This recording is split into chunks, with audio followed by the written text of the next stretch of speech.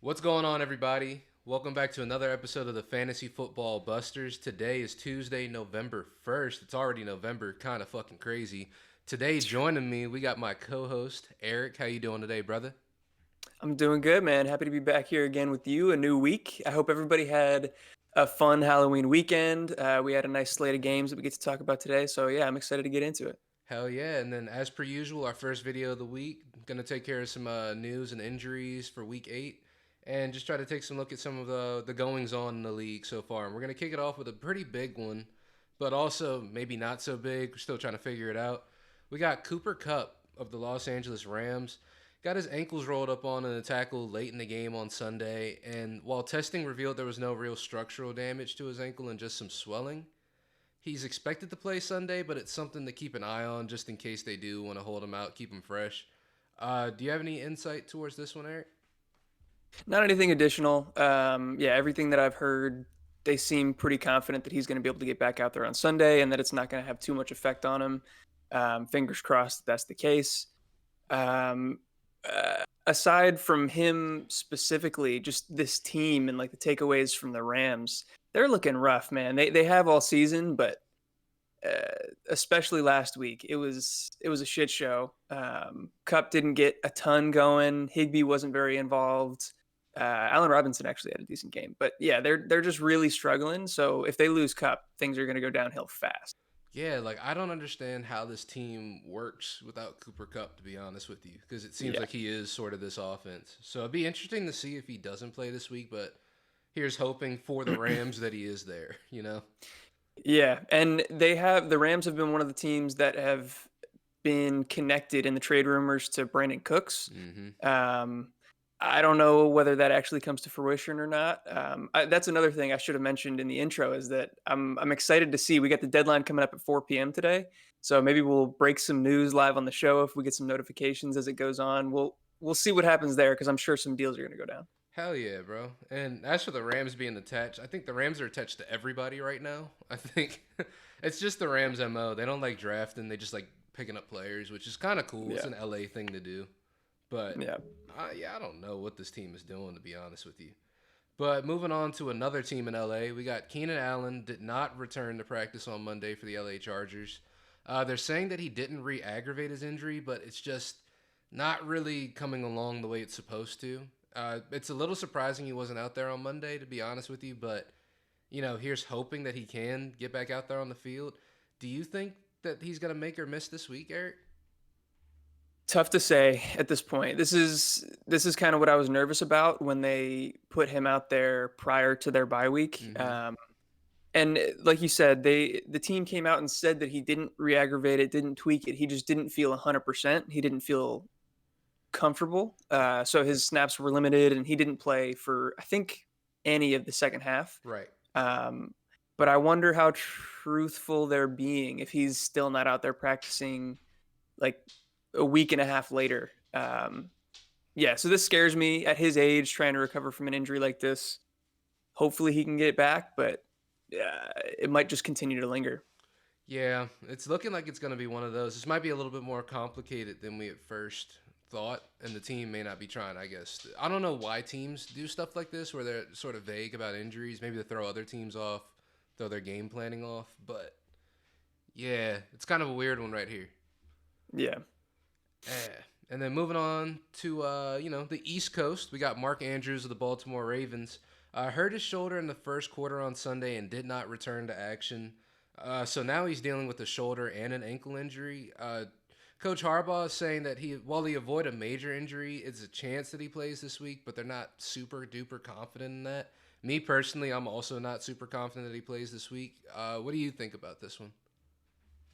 They've been pretty tight-lipped about like the specifics of his injuries. Last or not last week, the one that was just played, but the week prior to that, when he got the goose egg, he played, but was clearly limited. We didn't really know what was going on with the ankle. Um, there was like news and rumors that there were multiple injuries he was dealing with, but we didn't really know what they were. Still hasn't come out and said what the shoulder injury is either, so it's hard for me to have any sort of timeline or like confidence in when he's going to be back and fully healthy. But this team clearly needs him. They still managed to get the victory, but they're down him, and you'll get to the next piece of news here, but Rashad Bateman as well. Yeah, just rolling on to into the next piece, but they're gonna miss Mark Andrews. I believe it was Isaiah Likely stepped up pretty well. Yeah, He's not quite Mark Andrews, but at the same time, he played extremely well. Kind of stepped up to the plate, so it is at least for sure. comforting to see that he was able to do that. And with, like you said, Rashad Bateman re-aggravated his foot sprain, likely to miss a few weeks. And Harbaugh's saying now it's more than just a tweak, more than just a re-aggravation, really. Yeah, It's not looking great for Rashad Bateman this season, especially with a foot sprain. And yeah, what are you feeling about this one? Because I'm not really confident that he's going to be able to come back to full action really this season, at least in terms of the yeah. fantasy season. You know? Right, right. No, I think we're in agreement here. Even if he only misses 3 weeks, I still don't think he's going to be 100%. The way that the team has talked about it, it definitely sounds like it's more serious. It sounds like he's probably going to need more than 3 weeks to fully recover and be in a situation where when he does come back on the field, he's not going to retweak it. He's not going to be at a higher risk of re-injury. So yeah, this is really disappointing if you're somebody that has Rashad Bateman in fantasy because clearly he's talented. He showed us in the beginning of the season that he was capable of those big plays. He was showing a connection with Lamar Jackson. And this team needs a true, number one wide receiver, but I don't think they're going to have him for quite a while now. Would you say that Rashad Bateman owners, do you think they should drop him, or should they just wait and see how the news develops over the next couple weeks? That is a good question. So we just finished up week 8. Mm-hmm. If he were to miss 3 weeks, that would put him out through week 11, not back till week 12. When's their bye week? Did that happen already? I don't believe the Ravens have had a bye yet. Let me check. Yeah, let's Yeah, figure because they're that out five real and quick. three, so they played every game. Yeah. Um, Sorry for the pause. I'm pulling it up right now. Looks like it's in Their two bye week, weeks. Week 10. yeah, in week 10. Yeah. Okay, so doesn't really affect too much, but yeah, if he were to come back in 3 weeks, we would see him in week 12, and most people's fantasy playoffs are going to be starting in what, week 15? Yeah, I think week 13 or week 14 is usually the last week of the season, so it's like we're really gearing up for that end of the season right there. Yeah, it would it would still be hard for me to drop him, I think, but I don't know. Maybe in shallower leagues, 10-man leagues, or like shallower bench leagues, I could Hmm. see that there might be a better option out on the waiver wire. But in 12-man leagues or deeper bench, I'm probably hanging on to him still. Sounds good. And if you got him on IR, or if you have an IR spot, just throw him in that. That's the easiest move right Yeah. there. But yeah, that makes sense. And then sticking with the Ravens as well, Gus Edwards suffered a mild hamstring injury, so his status is day to day. As we've said on this show before, we really don't know what that means. No one does. So Yeah. it's just a matter of keeping an eye on the team and seeing what they do. But I guess in this instance, if you're a Kenyon, it's not Ken, yeah, Kenyon Drake. Yeah. If you're a Kenyon Drake Yeah. owner, you're pretty, I guess, excited in this situation. But other than that, I don't really see how this moves too much for the Ravens in terms of fantasy outlook.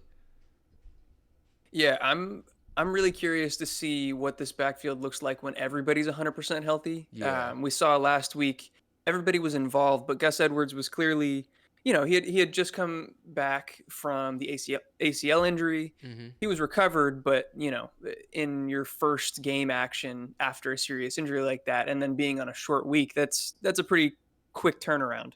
And so I think he only got 16 snaps, but on those 16 snaps, he saw, I believe, 11 opportunities and still led the backfield in carries, even though he was, severely outsnapped by everybody else. So I wonder if he really is going to be more of a bell cow once he's fully ready to go, or if it's going to continue to be a committee with him, Kenyon Drake, and Justice Hill. Yeah, it's going to be interesting moving forward. This Ravens team for the last couple years has really struggled with injuries and stuff like that. So they've really moved towards that, I guess, super committee approach. It's Lamar and everyone else, it seems like. Yeah. So it's going to be interesting to see how they move forward if Gus Edwards comes back and is able to get back to at least as full of health as he can. Um, okay. And then moving on to Carolina, we got Chuba Hubbard. It's Chuba, right? Not Chuba. Chuba, right? I've heard people say it both ways. I say Chuba. I'm not sure what's correct though, to be honest with you. Yeah, it's gonna be one of those we probably hear years from now. Everybody called me Chuba. It's really Chuba. I mean, Yeah. but he's expected to return to play this week after Deonta Foreman had a huge week last week. So I don't know. The Panthers kind of said they were going to ride the hot hand, and if they're going based off last week, Deonta Foreman's going to get the lion's share going in the next week. But Chuba Hubbard still looking like he's worth an ad in this team just because they're overperforming now that Christian McCaffrey's gone and they fired their head coach. And it's just this Panthers team is going through a bit of a resurgence. What do you got to say about this situation right here? They're just saying F it, we ball, man. We Yeah. let's go.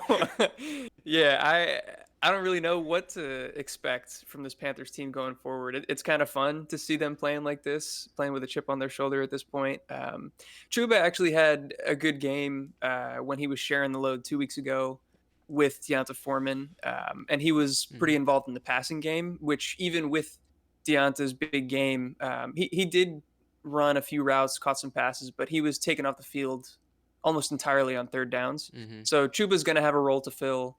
It'll probably have some value. So yeah, definitely not somebody that you should be dropping or have dropped. If he's out there, I would go pick him up. Hell yeah. And then moving on to another running back, we got Jonathan Taylor. Twisted his ankle early in the game versus Washington. I actually saw this over on the sidelines getting taped up a little bit. He continued to play though, so that's a good sign for at least his availability. But it's something to monitor this week. See if they actually end up taking him a step back just because he did, re-injure his ankle. Probably gonna take the time just to reevaluate and make sure everything's still good structurally in there. As for his fantasy outlook, he's already been pretty disappointing this weekend. Not this weekend, but just this season. I've seen a Yeah. lot of people say, "Oh man, Jonathan Taylor washed up at 23. Who would have thought?" I like No. let's calm down, but Yeah. he is going through some things this season. This team is going through a lot this season. What do you have to say about the Jonathan Taylor situation going forward this week? So do we know it was the same ankle that he had Hmm. already hurt, right? Okay. Yeah, it was the same ankle. Okay. So that's a little bit concerning. Like we said, like you mentioned, he did come back in the game, so hopefully that means he'll be able to continue to play. But I think dealing with this ankle injury, he hasn't been 100%. And we've seen this with running backs that deal with ankle sprains. We saw it with Saquon Barkley last year, where he wasn't the same after the ankle sprain. We saw it with Christian McCaffrey. We've seen it with a bunch of guys where even if they're still out there on the field, they're not themselves. Hmm. And to pile on top of that, this is probably the worst offensive line that he's had since he's been with the Colts. Hmm. There's definitely some dysfunction within the organization right now. The quarterback is in flux. It's just a bad situation all around. And so when he's not 100% healthy and can't perform to the best of his abilities in the worst situation that he's probably been in, it's not super surprising that he's having a down year.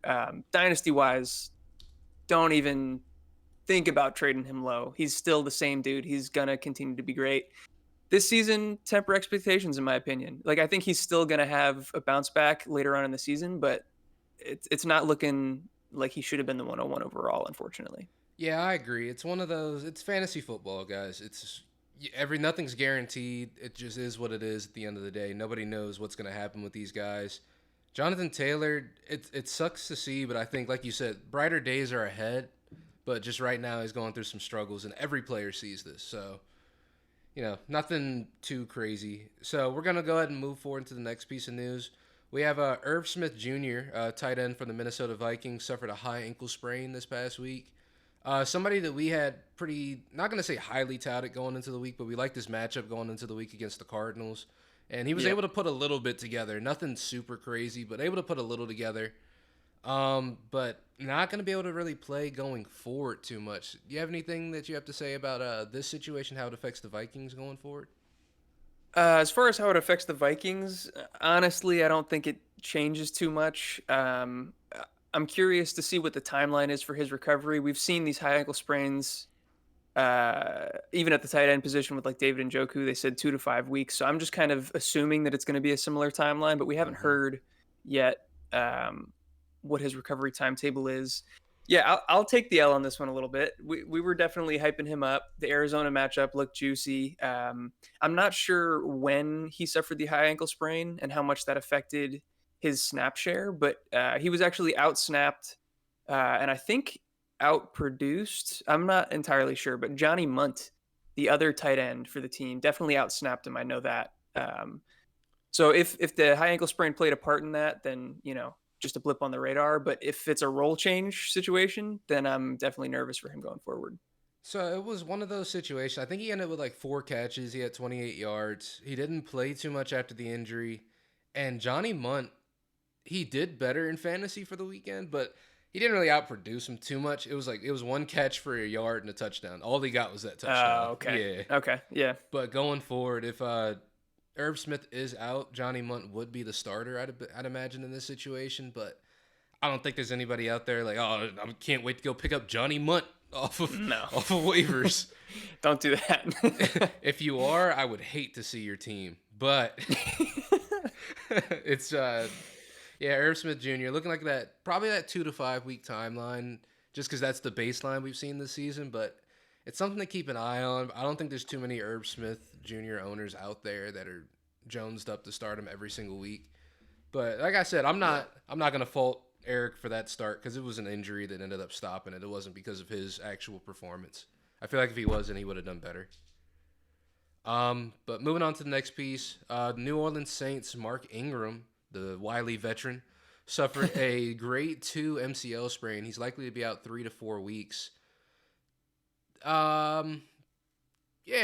In terms of, I guess, the Saints as a team, this hurts them as a team because Mark Ingram, even though he doesn't get a whole lot of burn, he's somebody his team loves to have around. Obviously, he's been gone. They brought him back.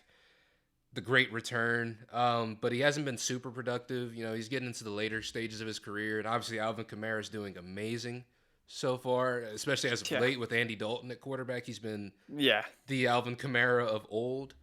He's balling. Yeah, you got anything you got to say about this situation itself besides the fact that Alvin Kamara is just unleashed now?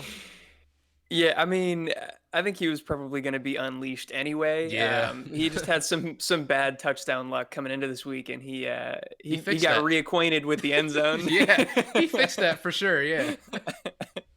Yeah, big 3 touchdown week for Alvin Kamara, so that was great to see. I'm curious what you think here. So Mark Ingram was kind of just a rotational player, change of pace back, breather back for Alvin Kamara, but he was fairly involved. With him out, they don't really have much behind him at the running back position. Oh, you already know what I'm about to say. That's why I'm asking. Let me hear it. It's Taysom Hill season. Taysom Hill definitely gets a bump up for this one, just because Mark Ingram isn't there as much. I think they were working in what's his name, Dwayne Washington. Yeah, they're working him a little bit into the rushing game, but obviously Taysom Hill, I think he got 10 carries this past weekend. That only stands to go up, I believe, in terms of just his usage, just because Mark Ingram's gone. I think that's where a lot of people look at the quarterbacks and they think that's where their opportunity for Taysom Hill to get more involved in is. I think it's more so, like you said, with these rushers and his rushing floor, because his rushing has been through the roof this season in terms of just how much he's been getting used in his carries. And he also got more involved in the passing game than he has been most weeks with Adam Troutman out. That's been a positive for him and for Juwan Johnson. So as long as he's out, I think both of those guys are viable starters, which is crazy. Like 2 tight ends for the same team. But yeah, Taysom Hill definitely gets a bump up this week, I think. Yeah. And then going on to the next piece of news, we got Devontae Parker of the New England Patriots sprained his knee on Sunday. But they say if he misses time, it would probably only be a week. They're saying he missed any type of a severe major injury with the knee, so that's always good news. In terms of this team, in terms of New England and how this moves things around, I think this bumps up some players who haven't really gotten the opportunity, some that were going to get the opportunity earlier in the season that finally have that chance to step back up. And in case you don't know who I'm talking about, that's Tyquan Thornton. I think he does get an opportunity to get worked more into the mix. Obviously, Jacoby Myers has been a huge part of this team. Kendrick Bourne has been involved, but I think this is Tyquan Thornton's opportunity to really etch his way into this offense. What do you think about the New England Patriots offense and how this affects the receiving core? So you make a good point. Tyquan Thornton, after Devontae Parker went down, ran almost all of the snaps. I think saw over 90%, or yeah, over 90% route participation. So his usage was really good, but I believe he was only targeted twice. It didn't really result in much production. Um, Worth monitoring in a deeper league. Obviously, dynasty leagues. If he's not already rostered, he's somebody that I'm looking to grab. But I just don't have much faith in this passing offense outside of Jacoby Myers. Mm-hmm. The quarterback situation has been ugly. Just overall offensively, they haven't been able to move the ball very well, not getting into scoring or not providing their receivers with many scoring opportunities. So I don't know that I'm excited to pick any of these guys up. Oh yeah, I'm not excited to pick any of them up either. But I am excited to see Tyquan Thornton actually get a chance to play, just because Yeah. he was highly touted. He was a what was I looking for? Damn, bro, why did I lose my train of thought like that? He was a preseason sort of off-season training camp darling. The team loved him a Yeah. lot. Team talked about him a lot. Yep. He's got burners, absolute Ran burners, a four point ran two a eight, right? 4.28. Yeah, Yeah, man, that's crazy. and he's 6'2". So I'm excited to see him play just to see what happens. But I'm not Yeah, expecting much. I'm going in with low expectations, but I do love to see the young guys get a chance, and I think this is his opportunity to get that chance. 100%. And then staying on the topic of young guys, we got Christian Watson of the Packers suffered a concussion against the Bills in a game that was a shit show for the Packers, honestly. Christian Watson, in terms of how this affects the Packers, it's them losing another weapon out of a toolbox with a bunch of dull tools in it in the first place, outside of Aaron Jones, and I just don't know what this offense is really doing. Losing Christian Watson, I want to say it's a big blow, but at the same time, I don't really think it is too much. It's just another rotationary guy being out. Do you think this helps to bump anybody else up? Like, I know Romeo Doubs had a pretty good game going into this game. Do you think this moves the meter for anybody with this Christian Watson injury? Because this isn't the first time he's been out this season. No, he's been out a lot. Yeah. Not really. Like, yeah, obviously him not being out there, they clearly wanted to use him. I Mm-hmm. think that was he got hurt on maybe the first offensive play of the game for the Packers, or close to it, the first drive. Yeah. Um, they hit him with that crossing route. He's clearly the most athletic receiver they have out on the field. So that sucks for the team that they're going to be missing him. But nah, man, none of these guys have produced consistently. Lazard, when he comes back, is probably the guy that's gonna, continue to be the one. Dobbs has been inconsistent. He had a really good end zone catch that kind of saved his fantasy day, but Mm-hmm. similar situation to the Patriots, where I'm not excited about this wide receiver core. Yeah, outside of Aaron Jones, I'm not really excited about this team too much. I just don't know Yeah, what they're really doing. I'm hoping that today they can make something happen. true, It's true. possible that today this could change, but I'm not confident with the way that they've, sort of put this team together to start with. Yeah, agreed. Yeah. And moving up to New York, we've got Richie James, who left the game, left this game against the Seahawks with a concussion. This seems like weird news, but with the Giants, Richie James has been oddly involved. It's been like him, Wandale Robinson, who didn't have a great game this past week. We'll talk about that later, though. But Richie James left the game with a concussion. Does this move anything for the Giants for you? No, it's worth noting because, like you said, the cupboard is bare for them at Mm-hmm. wide receiver. They're trotting out guys like Marcus Johnson and Darius Slayton. Um, yeah, Richie James was having a rough game prior to this as a special teamer. He muffed a punt that got recovered by the Seahawks, and then again muffed another punt that got recovered by the Seahawks when he suffered the concussion. So unfortunate injury for him, rough game for him. But yeah, as far as what it means for fantasy, not a lot. Yeah, it's taking a look at the box score for the Giants, just because I had never taken a look at it. I don't know who half of these motherfuckers are in the receiving in the receiving section, so it's safe to say this team is definitely struggling a little bit. Richie James Yeah, going down is a bit of a blow. I don't know who. I'm just gonna read off some of these names, and we're gonna see how many you guys remember. We got Tanner Hudson, someone I didn't know who he was. Got 3 catches, 58 yards though. We got Chris. Was that Myrick? Is that Myrick? Is that what that's Yeah, supposed to be? yeah. He's a guy. 1 catch, 10 yards. We got David Sills. I think I've heard that name before once or twice. He got one Hmm. catch for 5 yards. Marcus Johnson. Thought he was a youth pastor, but that's 1 catch for 3 yards. And Lawrence Kager, who I'll admit on that one, I don't even know who that one is. yeah, The other guys I do just because I'm an addict and watch like fucking preseason football, but I don't know who that dude is. yeah, I think they legitimately picked that guy up off the street for death right before the game. Yeah, I don't know who that probably. is. So yeah, the Giants struggling in the receiver department. Hopefully this means Wan'Dale Robinson's gonna do something next week.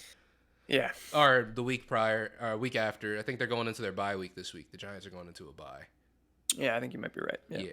But hopefully, going forward, hopefully actually by then Richie James will be able to come back. He may be able to be fine after this bye week as well. So Richie James may be back by the time the Giants are back on the field. So yeah, just keep an eye on it. If you are someone out there starting Richie James, you're one of those sickos.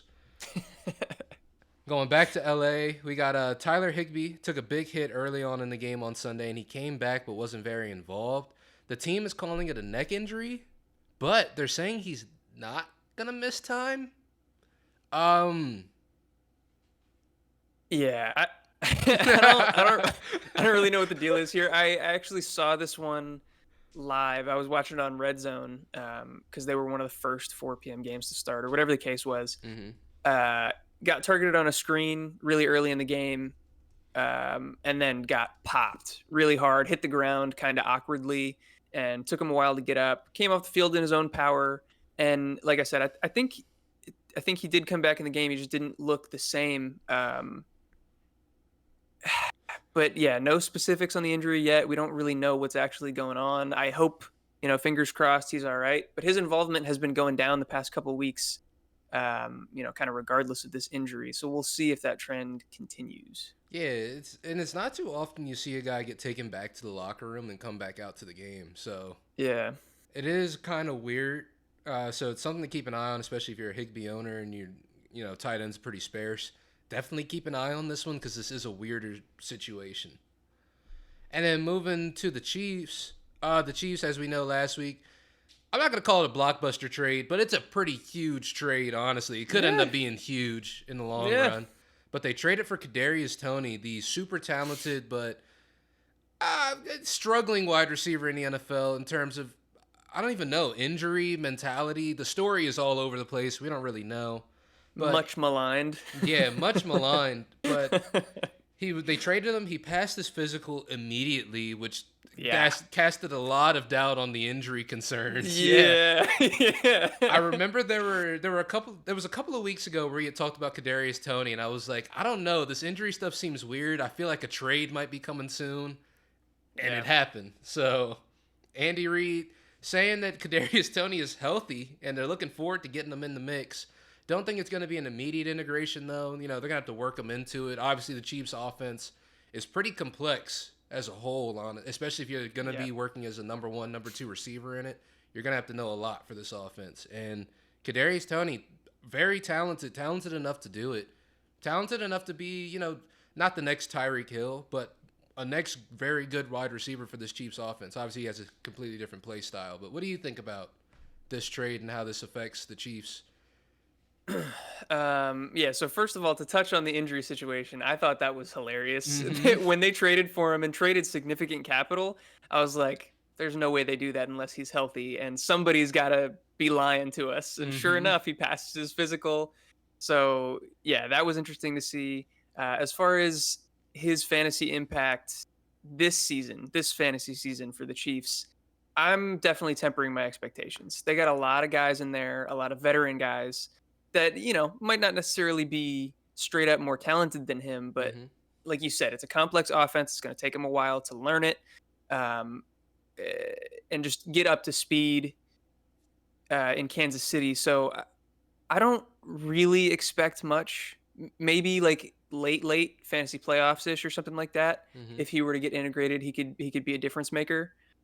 He's somebody that I picked up immediately after the news. Hmm. What's your viewpoint? Like, I kind of see him as somebody that people are hyping up, could be really excited about, and maybe if you can trade him for something that is going to be more reliable, I'd be into that. Yeah, he's like a Ferrari that's just been sitting in the garage, you know. Yeah. But like, what people don't know is that Ferrari may have some engine issues, but you know, nobody really knows until we see that Ferrari out on the road, you know. Right. And it's We've just, legit seen one good game from him so far, yeah, which is super exciting and really promising, but that's all we got to go off of. yeah. So it's like the potential is there, the potential's through the roof, but we just don't know. We have no idea. But I think, like you said, he's great trade bait. Someone may want him. I have him in another league. I had him for a while, I believe, just because I had him on my bench. Yeah. But it's just, yeah, he could be someone that moves the meter late in the season. Like this is one of those late ads that could end up winning a team a league. You know? Yeah. I I think it really depends probably on your record. If you are not doing so well at this point in the season, I'm definitely looking to move him for somebody that can help you immediately. Hmm. But if you're, where are we at? We're 8 weeks through. If you're 7-1, 6-2, something like that, then yeah, I guess it's probably worth holding on to him just to see what he could end up being late on in the season. Yeah, But I think, he's more of a stash than like a yeah, pickup. Yeah. yeah. This is for me. This news is way, way, way more exciting in Dynasty if you have him because Juju is on a 1 year deal. MVS is on a couple-year deal, but he hasn't really done much. Cole has been up and down. So I think them trading significant capital to bring him in probably means that he's going to be a long-term option for them, and that's fun to see. Yeah, absolutely. Like it's gonna be interesting to see what they can do with this guy if they can keep his head on straight and they can just get him to play some good quality football, you know? Yeah. And, with that being said, the trade deadline, like Eric said, is today at 4 p.m. We haven't had anything come through on our phones yet, so no big news to report on yet, but we're excited to see what's going to happen going forward. We had some big names getting thrown around, some David Montgomery's getting thrown around, Cam Akers. So I think, or Kareem Hunt. It's going to be Yep. interesting to see what happens going forward. So I'd expect some more deals to happen. I'm sure Eric does too. And I'm just really excited to see how the rest of the season goes because it's been nothing but unpredictable. Nothing short of unpredictable. We got 3 NFC East teams in the playoff picture right now, with Washington also Wild. on the bubble, which is insane. Yeah. So, Eric, you got anything you want to tell the people before we sign out? Yeah, man. Check out we're recording 2 videos today. So Hmm. if there are any, breaking trade news, we'll be covering it within the next hour or so. And then obviously if something comes out after that, check out our TikTok. We've been making a bunch of videos there. We can do any sort of breaking news videos to keep you up to Hmm. date in that regard. Twitter as well. We're keeping you guys up to date on all the latest NFL news over there. And yeah, if you guys have any sort of fantasy questions, advice, sit starts, stuff like that, drop it down in the Hmm. comments. We are more than happy to help you out with that. And specifically for sit starts, if you get that to us before Wednesday night, we can actually put that in our weekly sit start video, have your personal ones in there and answer them for you on video. So that's a cool opportunity if you want to get involved, be part of the community and do that. And that would be awesome. Hell yeah. And then make sure you guys check out the links in the description. That's where you'll find us on social media. You'll be able to find our Twitters. You'll find our TikTok. It's just, yeah, like Eric said, we want you guys to comment. We've actually been loving a lot of the engagement lately. People that have been Yeah. commenting, asking us questions. So keep that coming. Keep that up. Do it more even. Like, just keep commenting. We will keep answering your questions, we promise. And with that being said, if you made it this far in the video, as always, we love you. Thank you so much for listening. Don't forget to like, comment, subscribe, do all that great YouTube stuff. We will see you again several times this week. So we ain't done yet, baby. And with that being said, have a great day and peace. Peace. I'm winning, I'm winning, I'm winning again. How could I lose? I was born just to win. Could never lose, so I'm winning again. I'm winning, I'm winning, I'm winning again. I'm winning, I'm winning, I'm winning again. Minute by minute, I'm meeting the end.